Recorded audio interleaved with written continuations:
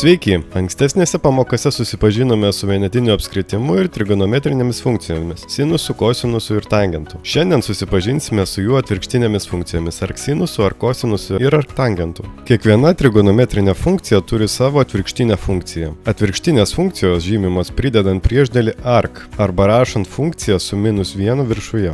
Atvirkštinės trigonometrinės funkcijos padeda rasti mums kampą, kai žinome jo sinuso, kosinuso arba tangento reikšmę. Štai yra arksinuso, arkosinuso ir arktangento funkcijų apibrėžimai ir jų grafikai. Galite pastebėti, kad skirtingai nuo sinuso, kosinuso ir tangento, šios funkcijos yra apibrėžtos tam tikrame intervale. Norėdami rasti arksinus x reikšmę, ieškome kampo, kurio sinusas lygus x. Pavyzdžiui, 1/2 arksinusas yra lygu pi iš 6, nes pi iš 6 sinusas lygu 1/2. Analogiškas principas galioja ir arkosinusui ir arktangentui. Šiandien susipažinome su atvirkštinėmis trigonometrinėmis funkcijomis – arksinusu, arkosinusu ir arktangentu. Šios funkcijos yra labai svarbios, sprendžiant įvairius trigonometrinius uždavinius, kuriuos galite rasti www.edusija.lt svetainėje. O kitoje pamokoje panaudosime trigonometrinės funkcijas spręsti įvairius trikampius taikydami sinusų, kosinusų ir tangentų teoremas. Iki greito!